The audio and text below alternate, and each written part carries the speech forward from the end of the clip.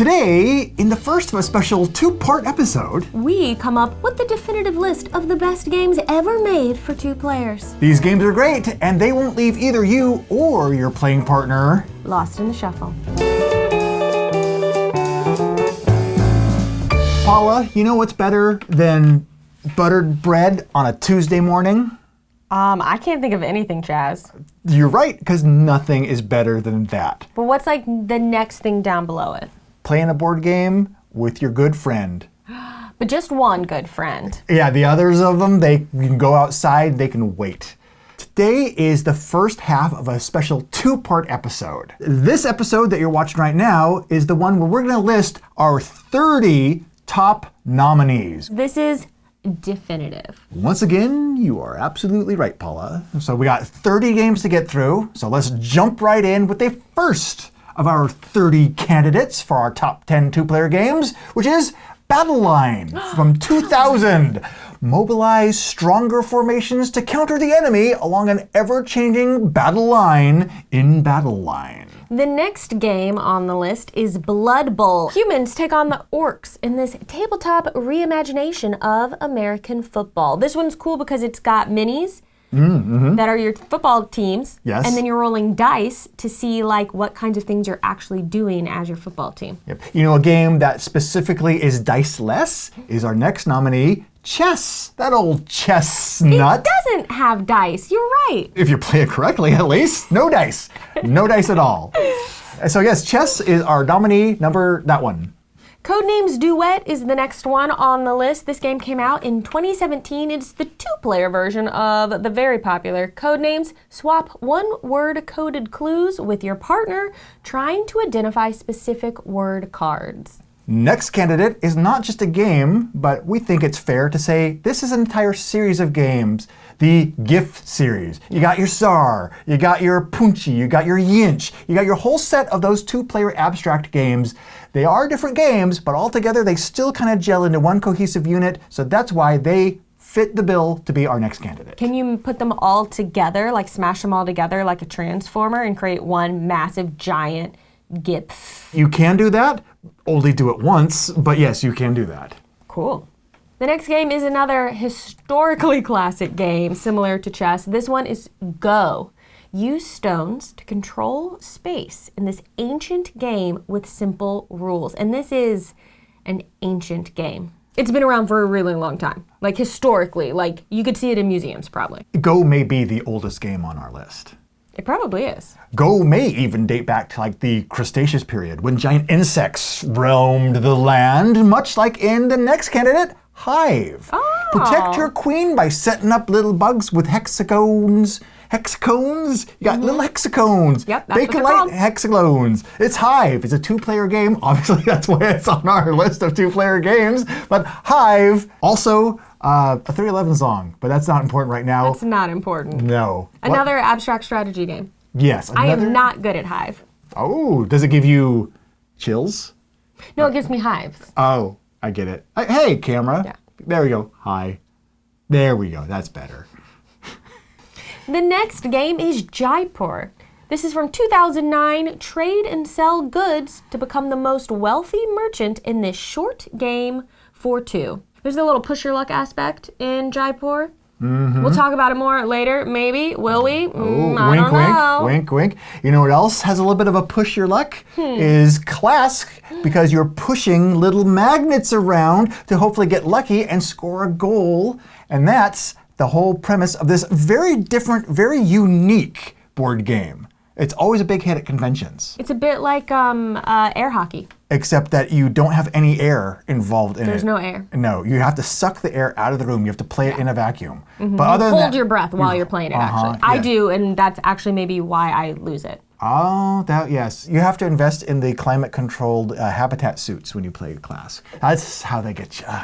The next game on the list is the first of a couple of collectible card game style games for 2. This is Keyforge. With your unique deck, and in Keyforge, they are all unique.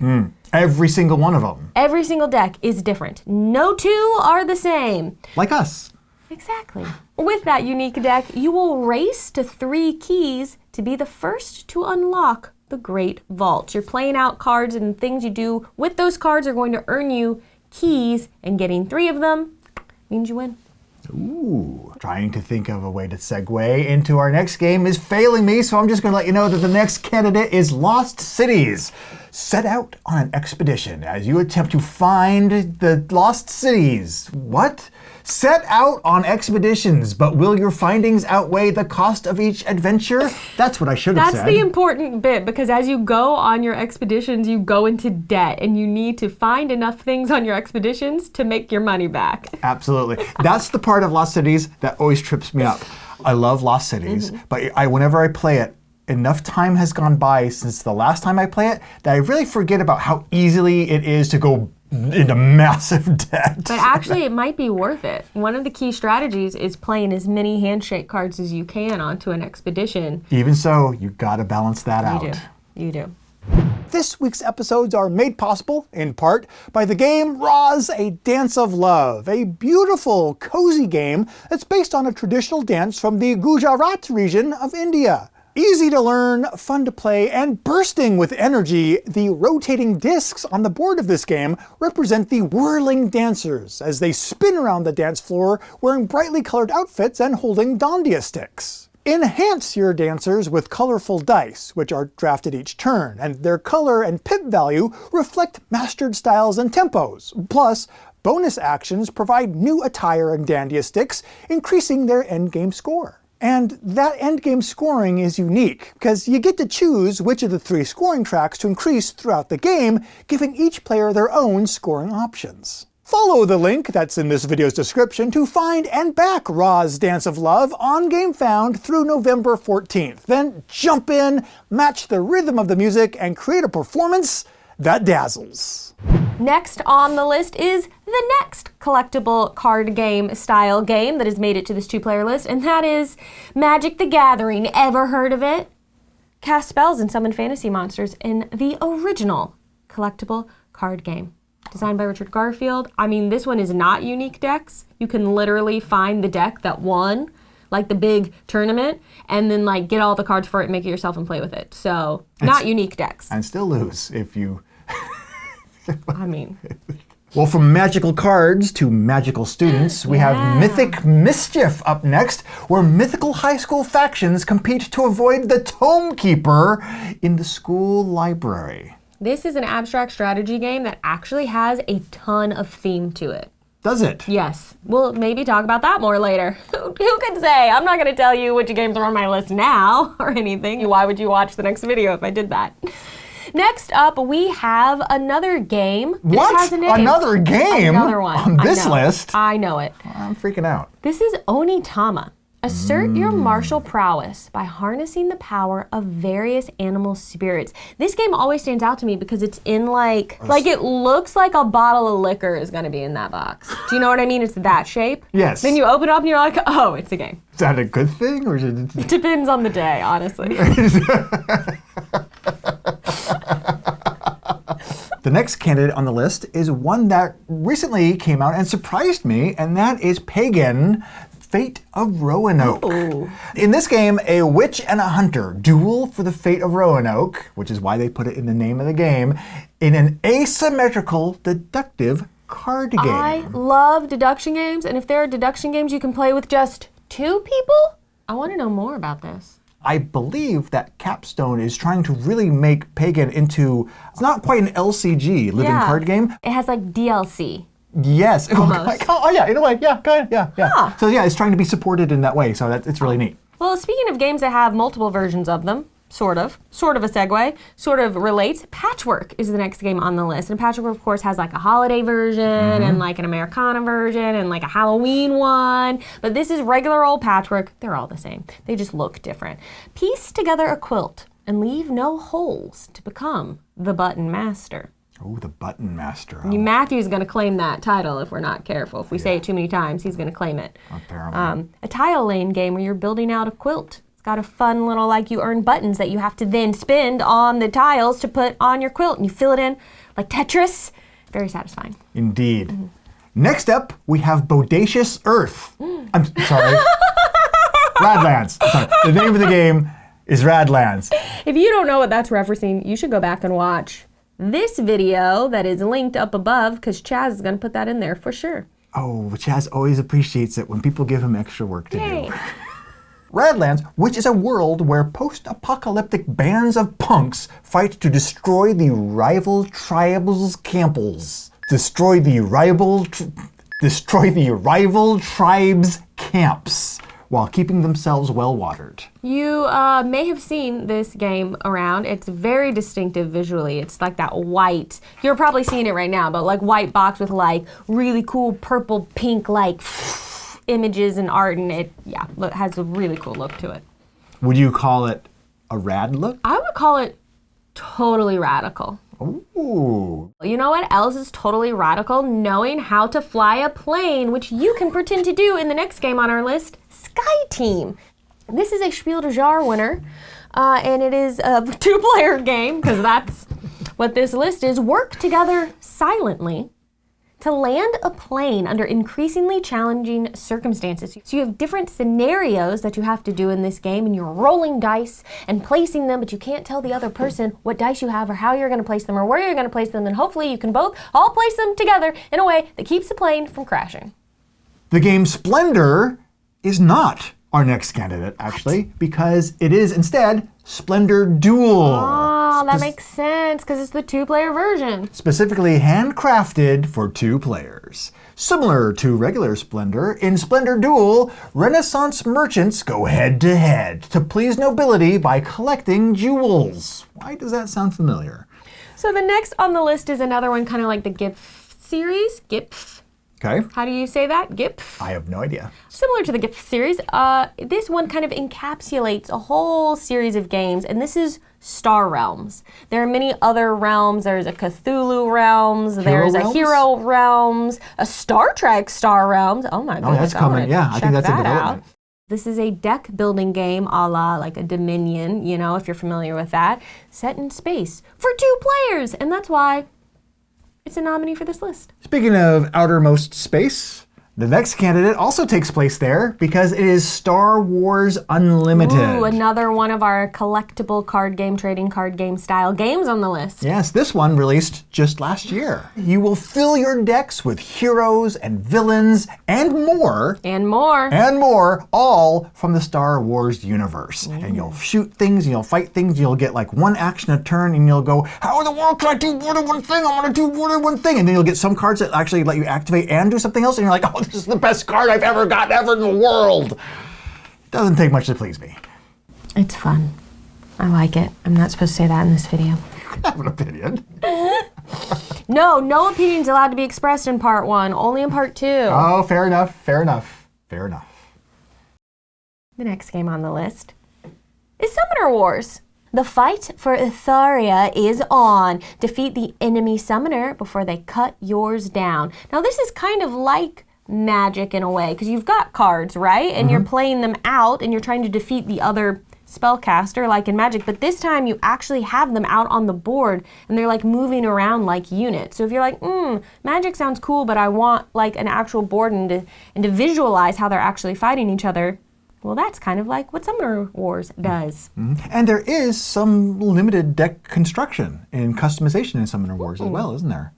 Another game with no dice is the next candidate on the list, Targi. Or Targi or Targi? Targi. I say it Targi. That's how we're saying it now. Forevermore, I saying Targi.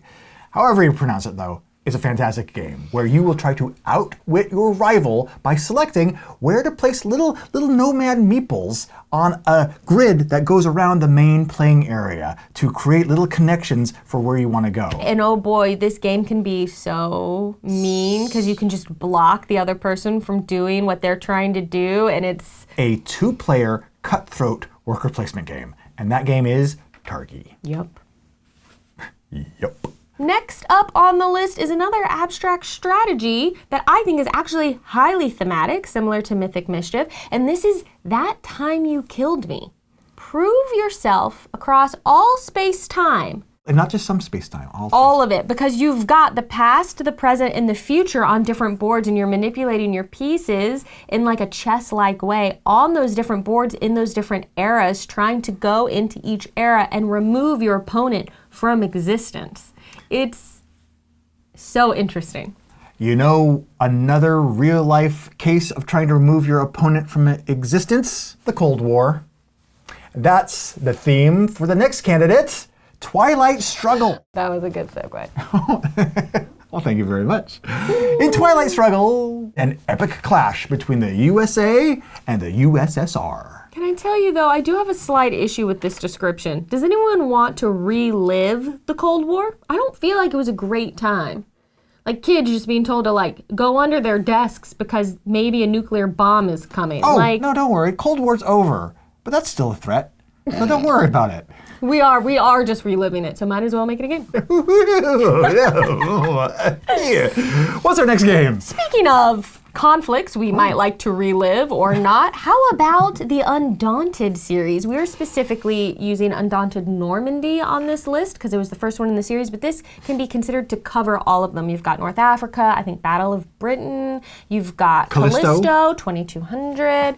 It's a great series of games where you are picking a side, simulating historical battles. It uses deck building, and is a great introduction, I think, into a wargaming system. Absolutely agree with that. Command your rifle platoon to victory in this World War II multi-scenario deck builder. That's the actual description that I had not read. Well, you know what? I'll flip it around and I'll start with the description of our next candidate, which is a game where heroes and villains of legend and their sidekicks fight to the death. This is unmatched. In fact, this is the entire matched series. Oh, my mouth just stopped. My mouth ran out of juices. This is the entire unmatched series, he said after having an energy drink. And you got so many different expansions and add-ons and characters to play in Unmatched. We just had to bundle it all together as one candidate. There's tons of different sets for it. There's a Ninja Turtle one. Yeah, there is, isn't Coming there? at some point, I think. You can have Shakespeare fighting Bigfoot, right? I mean, Yes, you can have Shakespeare fighting Bigfoot. Just like real life. Just like in real life. Okay. Relive the epic battle of when Shakespeare fought Bigfoot. But this one's more fun. Yeah, like, reliving that is a bit more fun than reliving, like, the Cold War. Here's another really fun historical thing we'd all love to live through again, Watergate. This list is getting dark fast. You know what's funny is everyone now takes every scandal and they put gate on the end of it, but like Watergate, the gate part wasn't what made it a scandal. It was just, the facility was just called Watergate. So isn't it funny that the gate part has been like taken and repurposed in that way to mean scandal? I will express no political opinion about that in this particular video. Let's go with that. This is a game from 2019. Will Nixon triumph in his tug of war with the press, or will the truth be exposed? This is one of those games you have asymmetric powers and goals, and one of you is trying to achieve not having things come out in the press, and the other one of you is the press trying to make connections and reveal the stuff that's going on. That was bad. Well, Tricky Dick pops up again in our next candidate, which is 1960, The Making of the President from 2007. This is a campaign game where I am not a crook. I am not a crook. He did it with the peace sign at the time, right? I don't think he did. I'm combining multiple memified moments. Okay.